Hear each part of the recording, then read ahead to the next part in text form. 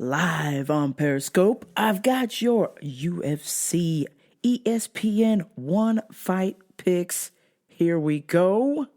First off, I've got Renan Barão versus Luke Saunders. Well, Luke Saunders, see you later. You and that man bun are done. Damn, fam. I've been trying to root for you forever, Luke, because you got some hot-ass girlfriend by the name of, Becky Lynch, WWE, hot Irish babe, Fuck, his cat can't win. He sucks donkey dick. And he has to face his toughest test yet, Renan Barão.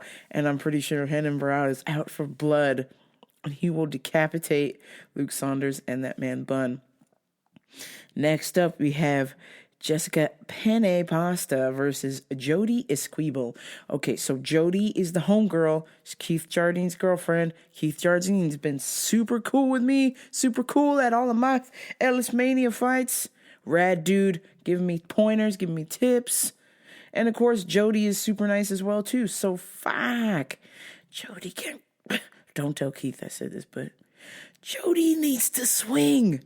Her last 2 or 3 of her fights, she's just sitting there not doing anything. She's very gun shy. I don't understand it. Jodie, you got to do something. You're in the middle of a fight, and Jessica Penne is going to take advantage of you if you do not swing. So I'm going to need you to swing like there's no tomorrow, Jodie Esquibel.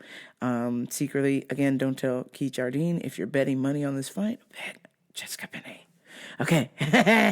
Next, Scott Hot Sauce Holtzman versus Nick Lentz.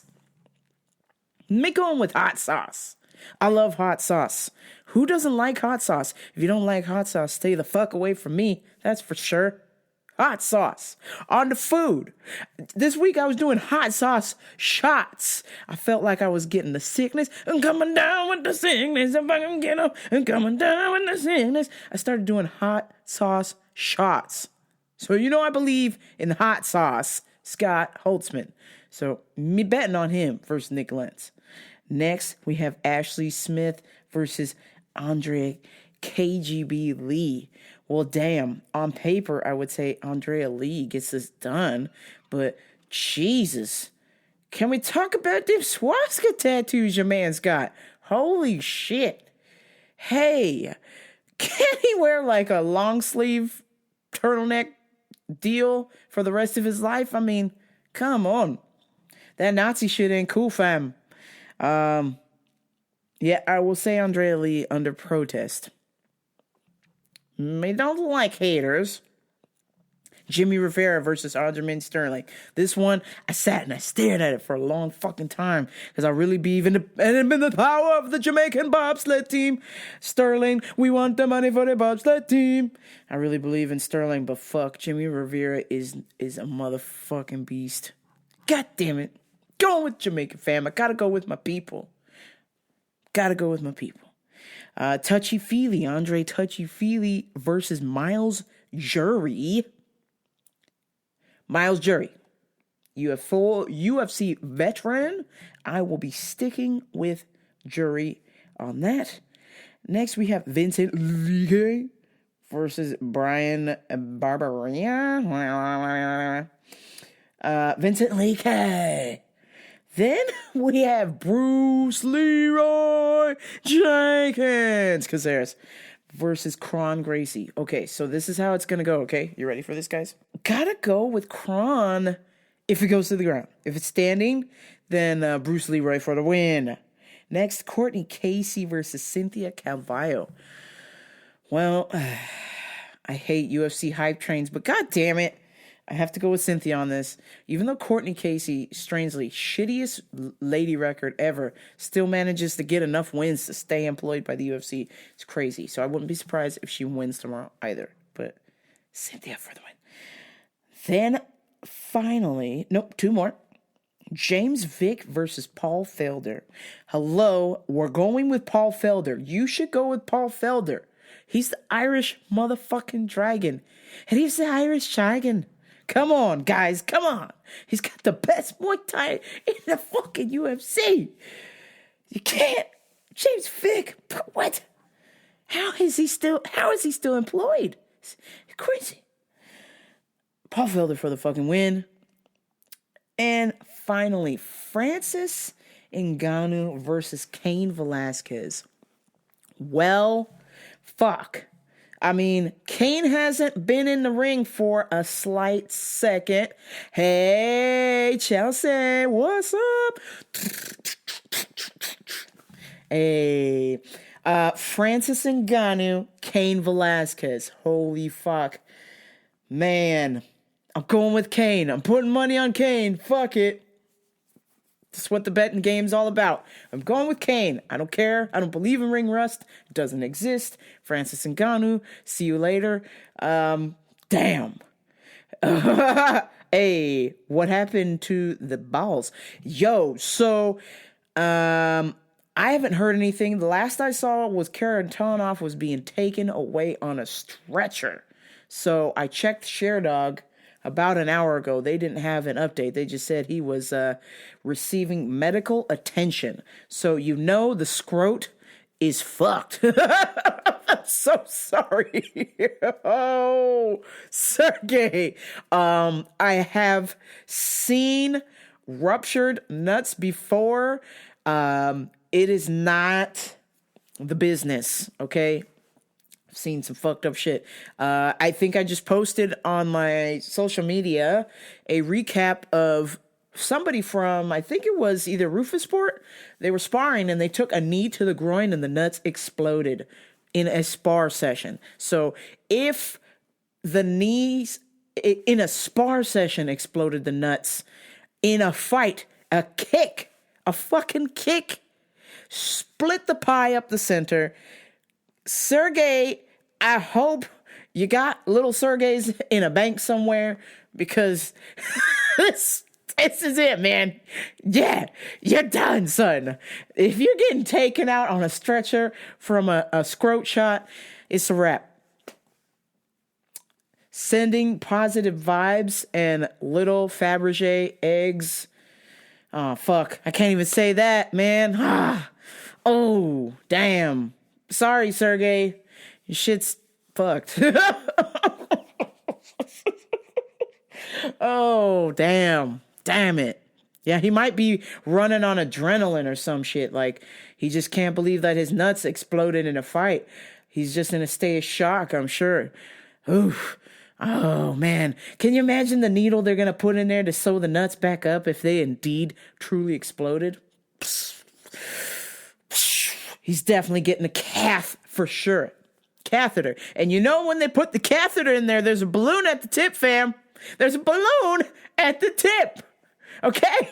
I've had 3 of them motherfuckers. That shit hurts, and I'm not a guy. Can you imagine getting a pipe shoved up your junk with a balloon inside?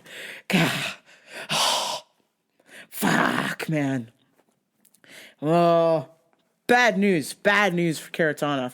I mean, I've thrown some pretty nasty leg kicks, and I've scraped the sack from the bot, but I don't think I've ever kicked like that. Like, I usually go down. Yeah, the cup. That's probably it. The cup is the shock absorber, and as we know about cups, they're not shock absorbers. Yeah, his kick went up. Like, why?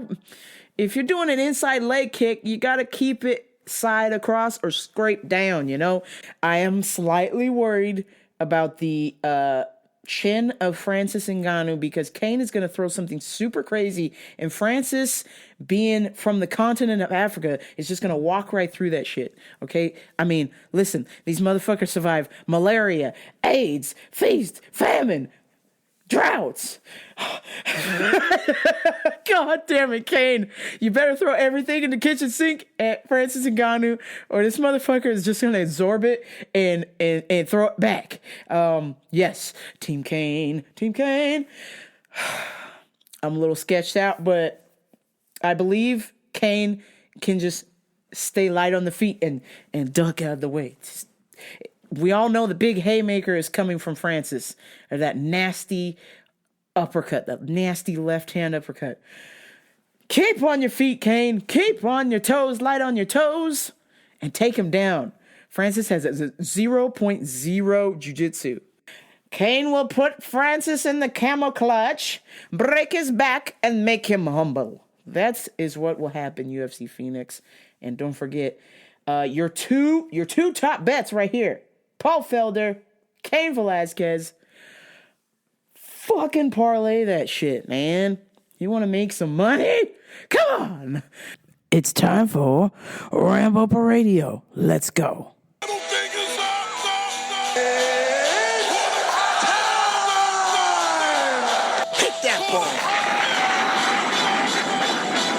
Rambo Per Radio with your host, Genty. Yeah, fucking Jen is a warlord.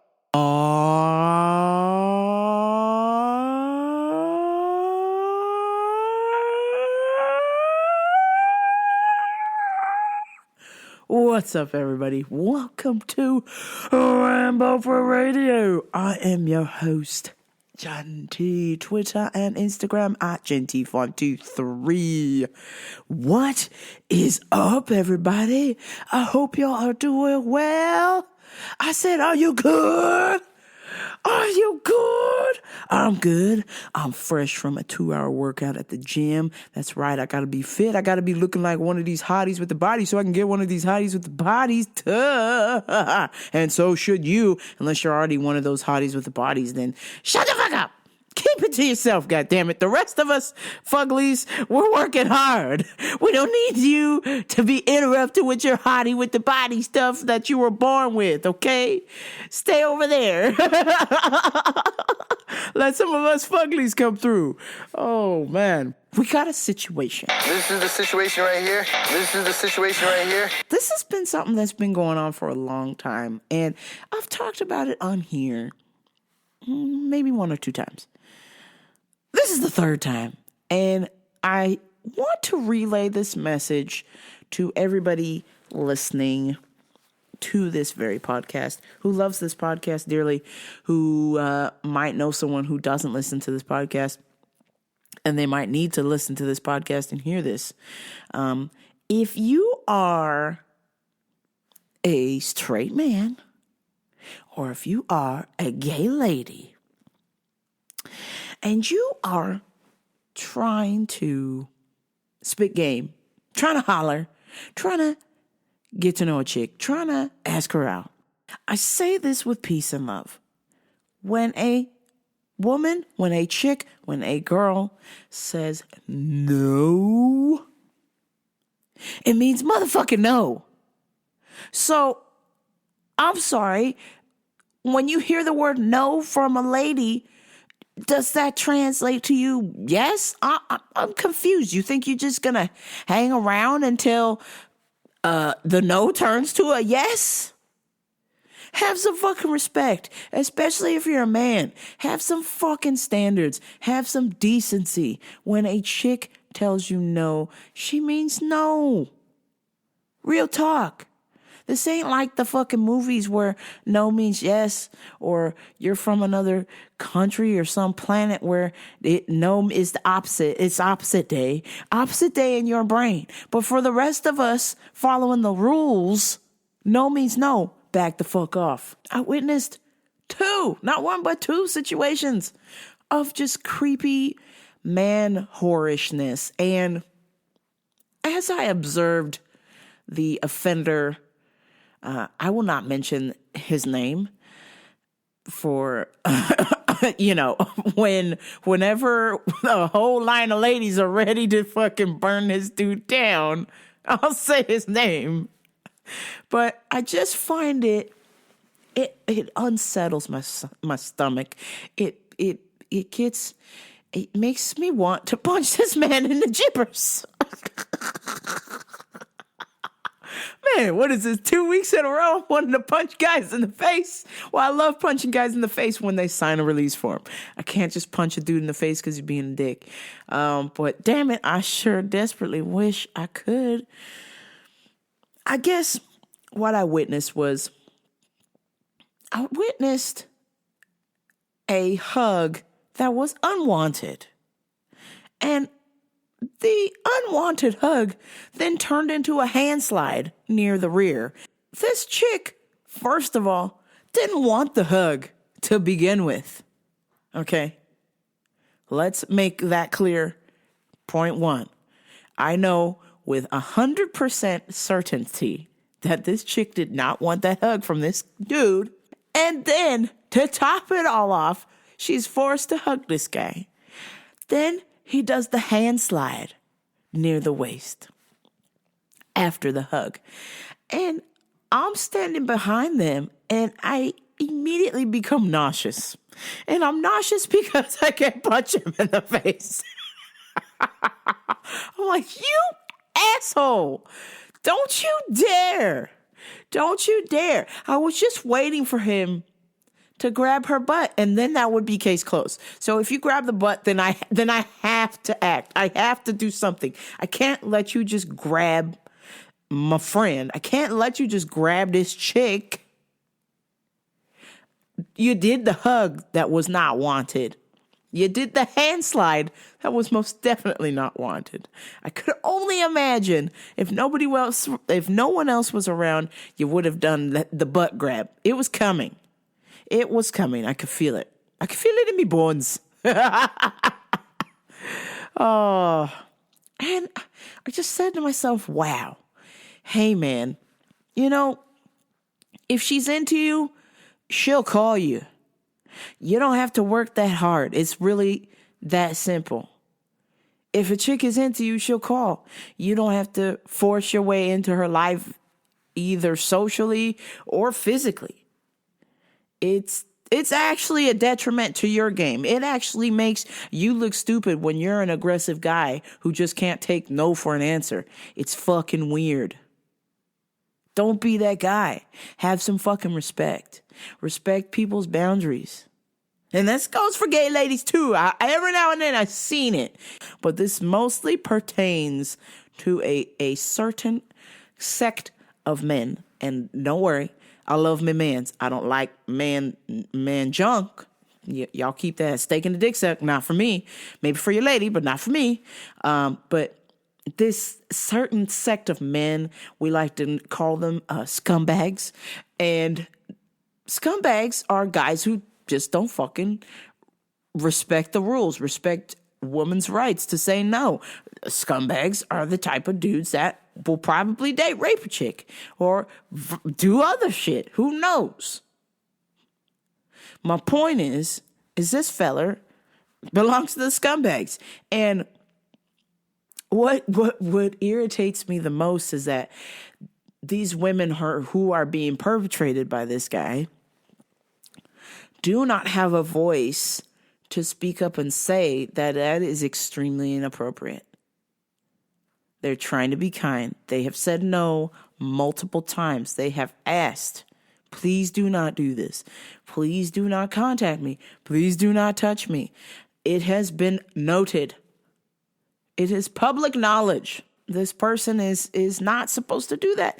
And they continue to do that because this person knows, this man knows, and it boils my blood that I have to say man because this is not a real man, in my opinion. But that this man knows that these women will not say anything because they're scared. They're afraid. So,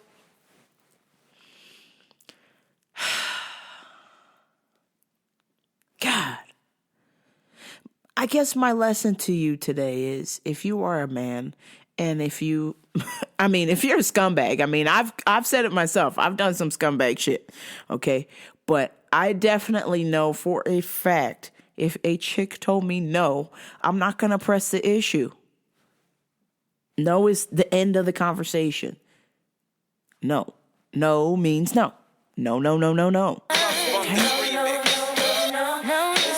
I just don't know where this guy has gone off. What moral lesson did he miss in his childhood where when a chick tells you no, that means no? That doesn't mean, well, I'm just going to force the issue and start being touchy-feely and being super inappropriate and making comments. hey man, if you listen to my show and you do this, please understand when a chick says no, she means no. That doesn't mean press the issue. That means back the fuck off. She'll call you. And besides, chicks don't want dudes who are always chasing after them like that. They don't respect you. And if you're always going to be like some kind of puppy dog, like hanging around, trying to be grabby and stuff, trying to get your crumbs. Chicks remember that shit. They don't want to be with that. They want to be with men with manners. And this motherfucker ain't got that. Oh, and speaking of don't got that, I don't have a date for Valentine's Day. Oh my God, Valentine's Day. Jesus Christ. I mean, you want to talk about a fucking mess. Well, for starters, Valentine's Day historically has not been a good day for me. And I'll tell you why. In my pre-dating days, for whatever reason, I would say, well, it's been going on for a long time, but specifically, it seemed like when I was in high school and a little bit into college before I was exclusive with my ex, they would buy me stuff. Even though it's nice to get gifts, I really don't want anything. I would just like to spend my Valentine's Day with a lady. It's just weird when I get gifts from my parents and I'm hella old and I'm like, damn, y'all still feel sorry for me that I don't have a date on Valentine's Day. God damn it. This has been going on since I was a child. Oh, fuck. But I guess the week of Valentine's Day, for whatever reason, I can't pull it together. I am just completely trashed. Like, not drunk, but just I stay up all night on these dating apps. I can't sleep because I'm like, where the fuck is Mrs. Right? Where is she? So I'm desperately looking on these dating apps. I'm getting arthritis from looking on these goddamn dating apps. All I do is swipe left, swipe left, swipe left, swipe right, swipe left, swipe left, swipe left, swipe right, swipe left, swipe left. Just keeps going on and on and on and on. I can't sleep. It gets me all riled up. I'm like, well, where the fuck is she? Where the fuck is Mrs. Right? She's probably out there being a hoe. Oh my God. Please don't be a hoe. Oh, shit. And so I get all worried. I get all worked up and then I can't fucking sleep. Probably got 2 hours a night this whole Valentine's Day week leading up to Valentine's Day. And then the day my parents gave me the cards on Tuesday. And so I opened them early Wednesday morning because I had gone to the gym. So I'm just up late to begin with. So might as well go to the gym, right? Try and exercise the pain away. So I sat these cards in my gym bag and I set my gym bag down and I began to go on and make myself something to eat. By the time I came back from cooking my food, which only took about a minute to cook, my dog William, one of my terriers, had taken the card out of my gym bag and shredded up the card. Now, unbeknownst to me, that motherfucker had money inside. So, my dog chewed up some Valentine's Day cards with money inside. And so I proceeded to, at 2:00 in the morning, crawling all over my floor, trying to make my dog throw up parts of money, taping the money together, what pieces I could find, and just being absolutely devastated. I went, fuck, because my dad, he is weird with words. If it's not a lecture, it's a lecture in a card. So he likes to say things in a card. He'll type it out or handwrite it out. He'll get a card, but in to the left in the blank space, he likes to make up his own little card or greeting or saying. He did this, and I didn't get to read the note because I know the note is personal, and it was chewed up into a million bits. So he got me another card, and I read that, and I appreciate that very much. Something about Valentine's Day, man, it just makes me feel like I'm behind. Like I should be married with kids by now. I should have that dream job by now. I should not be single by now. All of these things, and I began to feel invalid. I don't know why. It just the wave of emotion came over me. Eventually it left, thank God, but I was just feeling just left out. I'm like, man, fucking Valentine's Day. Ugh. I don't got a date. I don't got to do this. And then now, so it's like it's Valentine's Day. And if I want something, since I'm single, I got to buy it for myself, which is sad as fuck. It's strange. I know that Jason Ellis of the Ellistronics podcast, soon to be doing a podcast with Mike Catherwood, coming soon. I know he mentioned talking about enjoying the days you're single, because when you're married, you'll be married for the rest of your life or whatever. And I'm like, man, I'm really trying, Ellis. I'm really trying to enjoy these single days, but it fucking sucks, man. When you go to lay down at night and nobody's there, I mean, just imagine it for all y'all who are with somebody, all y'all luckies listening. Sheesh.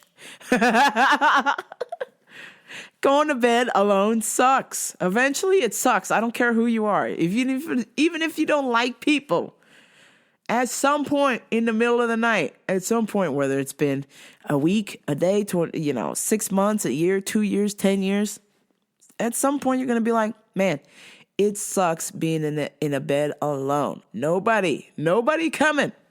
Nobody's coming to help you, hug you, do anything, talk to you, none of that stuff. With Valentine's Day, everybody's all loved up, booed up, and I feel inadequate. I feel like I'm just not making the cut.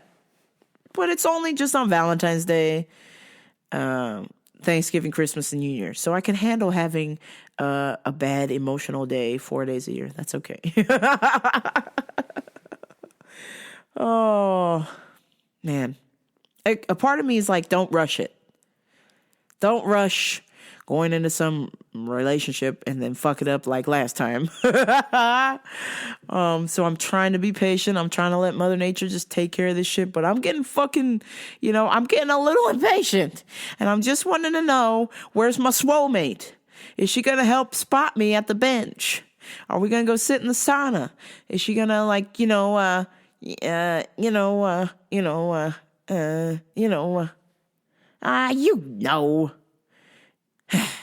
I just keep looking. And I hope someday she'll arrive. I don't know. We'll see. I'm hoping I'll meet her. I can't die and have the last relationship that I have be the last relationship I had. It sucked.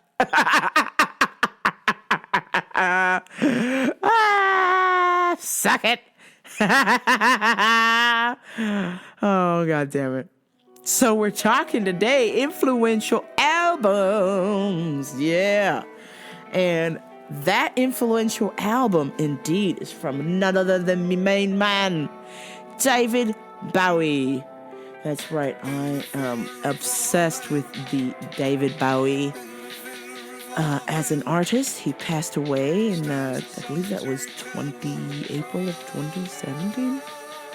If I'm not mistaken, it was literally the day or two after his album dropped, which I highly recommend. Black Star, the wonderful album Black Star from 2016. David Bowie, Black Star. It was him singing his songs from using death as an inspiration because he was dying. He was terminally ill with cancer. So I thought it was very fascinating that he was making this record and he was dying and he knew it. And you can hear it in some of the lyrics of some of the songs. Like, he knew for sure. So the Best of Bowie CD I received in 2002, and it was a collection of some of Bowie's number one hits, such as the wonderful Space Odyssey, Ground Control to Major Tom, Ground Control to Major Tom. Take your protein pills and put your helmet on. 10 ground controls and Major Tom. Space Oddity, motherfuckers. This shit is amazing. It's telling a story about Major Tom traveling into space and probably about drugs too.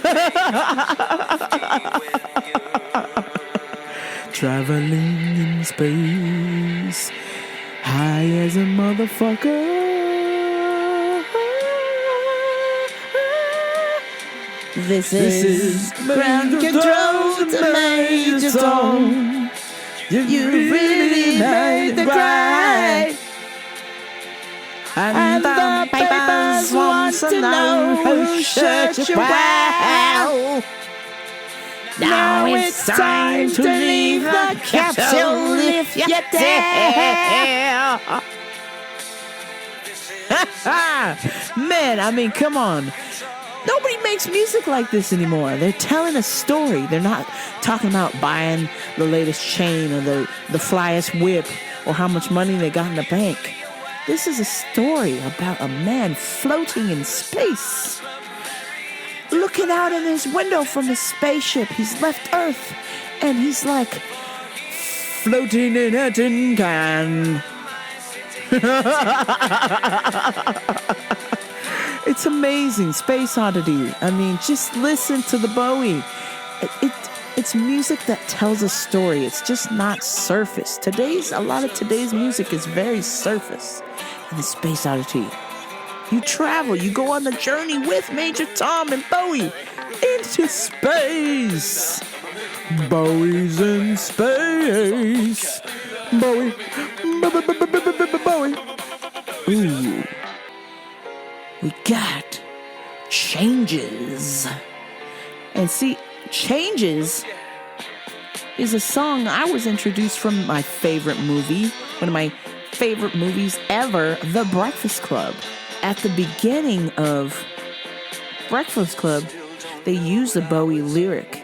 Changes that and face the strange. Change your heels. That may change me, but I can't take down. This quote, it's something that young people can use to fuel them for the future. And these children that you spit on as they try to change their world, or immune to your consultations, and they're quite aware of what they're going through. Change it down and face the strain. Change your heels. For me, listening to this song was something that I used to put on in my room, and I knew that as a child, I knew that, not particularly this CD, but that song, when I would hear that song, I knew that I was something different. I wasn't like I wasn't like every kid out there. I just felt different. I knew something was different about me and this song. And then when I saw the video, when I saw Bowie, I was like, oh snap, that guy's completely different. He is like nothing on this earth. He's alien. He's so cool, he's alien. Hey man, I don't need many now. But the thing now, I'm out of loving now. Hey man, Bob Weaving now. Suffragette City. Man, Bowie was rocking. And I always wondered what was a suffragette city. I thought maybe it was a place where people were suffering, but it sounds pretty groovy, so it's gotta be a cool kid's place where you could sing and dance and be cool. You can't afford a ticket, there's a suffragette city. Don't need no member, cause you ain't got time to check in. That's a suffragette city. It's all sad. Ooh, Ziggy. Ziggy was the motherfucking man. Ooh. Ooh, yeah. No. Ziggy Stardust. Ziggy played guitar. Ziggy played guitar. Gibbon and the spiders from Mars. They did left hand and the in the most man when they were sick as bound. I mean, it just, something about this music, this storytelling rock. It's like, you gotta be either high as a motherfucker or just plain crazy to love this stuff. And I know that since I am high on life, I'm a crazy ass motherfucker, so I love this stuff. But I love that it's like just mystical. He's talking about this alien, Ziggy and the Spiders from Mars, which was his band, Ziggy Stardust and the Spiders from Mars, one of his amazing aliases when he didn't want to be called David Bowie. Because, there were times where he didn't want to be a Bowie. He didn't want to be known as the Bowie, and he went through a change when this song came out. He was completely changed. He had the face paint, he had the thunderbolt, he had the crazy red hair, and he had the multicolored eye, which he was born with, which is pretty crazy. He had 2 different colored eyes. But that really set him apart, and that was in Ziggy Stardust. That was 1973, I believe. So that was a little ways away from me, but was still a classic even after I was born. So. Here we go, Rebel. Man, you want to talk about getting pumped up? You're getting ready to walk out to work. You got your coffee in hand. You're hopping out in your car. Rebel, you throw your jail. Rebel, your baby's on the air. Rebel, how did they know? Hot tramp, I love you so. Man, Rebel was like that workforce song, like everybody's time to get up and go to work. You're getting pumped for your day. You're stretching out, getting ready to hit the weights. Getting ready to go to your spin class. You got soccer practice. This was the shit, fam. Again, another song before my time, but still, I appreciate it now, and I know that for anybody who's not a millennial, this is the jam. This will get them pumped up. Rebel. This next song, Young Americans, was in another favorite movie of mine called 16 Motherfucking Candles. And this song is when they're getting ready to go to the wedding, and Long Duck Dong is so drunk, he's lying on the lawn, and the grandparents say, Dong, where's my automobile? And Dong says, automobile?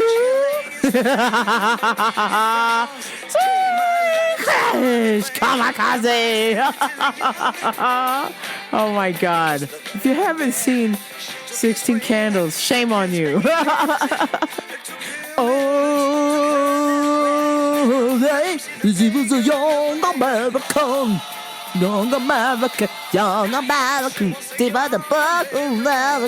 Yes, Young Americans, incredible. And then the sickest bass line ever, duh. I mean, when you put this song on Fame, I mean, you're getting G'd up from the feet up. You're sea walking, you're doing the Roger Rabbit, you're doing the Running Man, you're getting ready for a hot date, you're getting ready for steak and a dick suck. Man, I mean, listen to this groove, fam. I mean, when else would you hear an Englishman get this groovy in a song? It was just unheard of for his time. But Fame, man, everybody samples this shit. Puffy sampled this shit. Everybody sampled this shit in the rap game. Fame, take the lead, testing around. Fame, the man of the valor. Fame, the man left the mouth. Fame. Man, Fame, so fucking groovy, man. It's a song that holds the test of time. I mean, look at you. I see you shaking your hips right now, listening. You're two-stepping right now. You can't sit still because of this groove right here. I mean, come on, you can't deny it. This is some epic shit. Then we got a disco kind of vibe here with Golden Years. swinging. We got our platforms on. Womp, womp, womp. Yeah, golden years. Golden. Man, you can just see the pace of Bowie as he's starting to shape with time, like that disco style. Let me hear you say life's taking you nowhere. Angel, golden hair. You see, he's got that groovy rock vibe with a funk to it. You just feel it coming through in the music.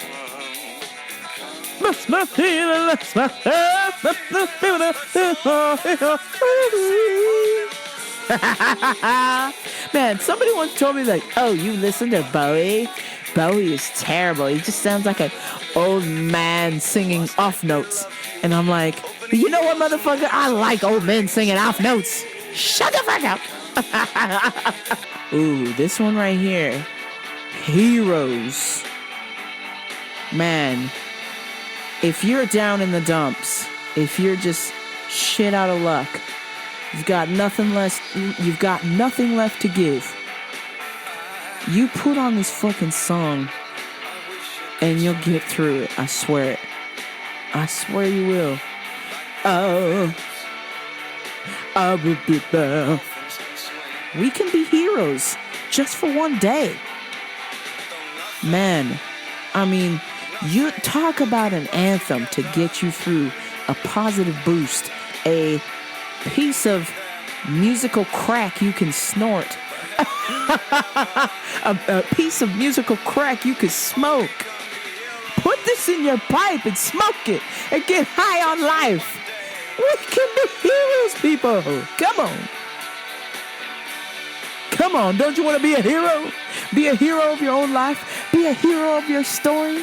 That's what Bowie's saying. You don't have to let the man get you down. You can be a hero of your story. You're the hero. You decide. You're in control.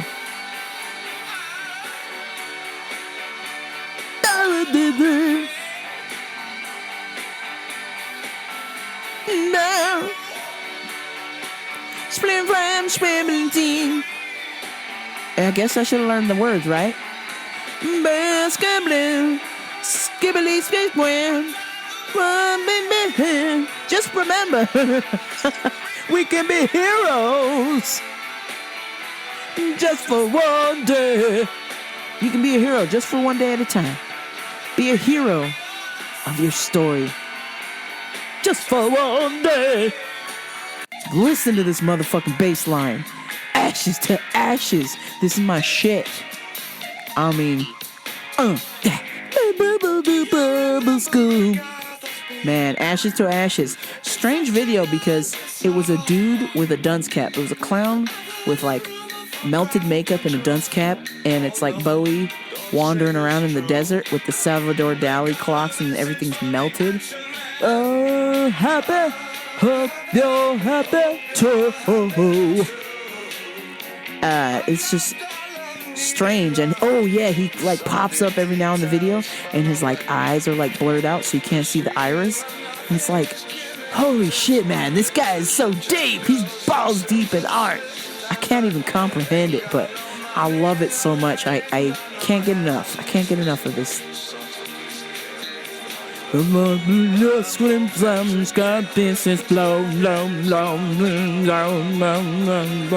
Ashes to ash and fun to funky.